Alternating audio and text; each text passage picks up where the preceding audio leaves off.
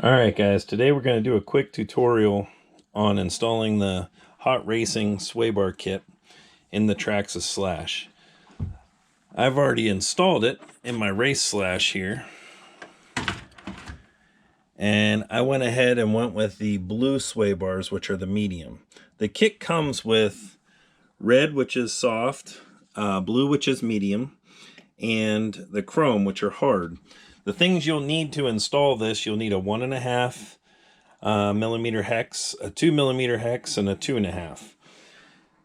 I like to use the gel blue thread lock instead of the liquid. It's just like a personal preference. I find it a little less messy. The new kit actually comes with screws to go right here to mount the sway bar. I ended up using the Traxxas ones because I already had these on hand, but it comes with a couple little screws that have some silver washers on them, and this is where they go. There's actually a little track in here that the sway bar will fit in, and you'll notice that the wider sway bar fits on the front, and the more narrow sway bar that sweeps up more fits in the rear. Now, one thing to keep in mind whenever you're installing the Hot Racing kit, which is totally different than the Traxxas kit, is these small push rods right here are two different lengths in the kit. The short ones go in the front, the long ones go in the rear. So make sure you remember that and look and separate them whenever you get the kit. The kit comes with no instructions, so you have to play with it a little bit. The collars here are actually aluminum, and you'll see there's still a little bit of leftover thread lock right there.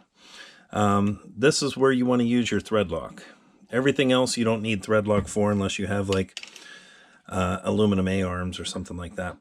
But the thread lock will actually go in here, and I'm just at my beginning point of adjustment. Whenever I get down to the track and I play around with it a little more, then I'll actually see if I need to adjust them in or out depending on how it handles.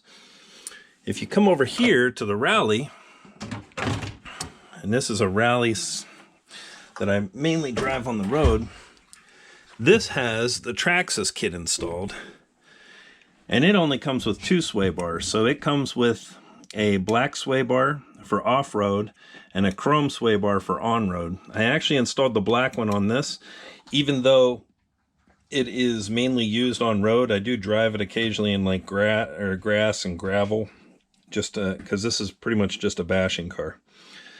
I actually, now that I've installed the Hot Racing kit, I like it a lot better than the Traxxas kit. Number one, these collars on the Traxxas right here, they just don't fit the sway bars as tightly. Like, it feels like it has a lot more slop in there when you're tightening it up. And you get 3 different sway bars to adjust on the Hot Racing, whereas you only get 2 with the Traxxas, and it costs an extra $5-6 for the Traxxas kit. I want to say for the Hot Racing kit, I paid like $19-20. For the Traxxas kit, it was like $26. So when you're comparing the two, I think you get a better bang for the buck out of the Hot Racing kit. You definitely get more adjustment, and it seems like all the parts actually fit a little tighter together. One last thing, a lot of people you'll see at the track whenever they're installing these, they tighten these screws down right here so tight that the sway bar can't actually work. You want to tighten them down and then work with backing them off a little bit until you get that play in the sway bar so it can actually move and function in that track just like it's supposed to. You want to do the same thing up front here. If that sway bar can't move at all, it's not going to be as effective.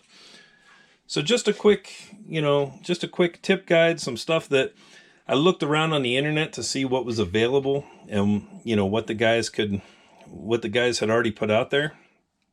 But really, there was nothing that just straight up tells you that the long push rods go in the rear. Once you try to install it, you'll figure it out, but it's a waste of time. The whole install should take about maybe 10 minutes. As long as you have your thread lock, you have the right tools, and really, you only need the 2.5 hex. Like, I needed the 2.5 hex to disconnect my shocks up here, because I disconnected the shocks up here, and I disconnected my camber links right here so that I could just fold this down and get to the screw at the bottom of the push rod a little bit quicker. Anyways, hope you all have a great day, and hope this video helped you out a little bit if you're looking at buying this kit. Thanks.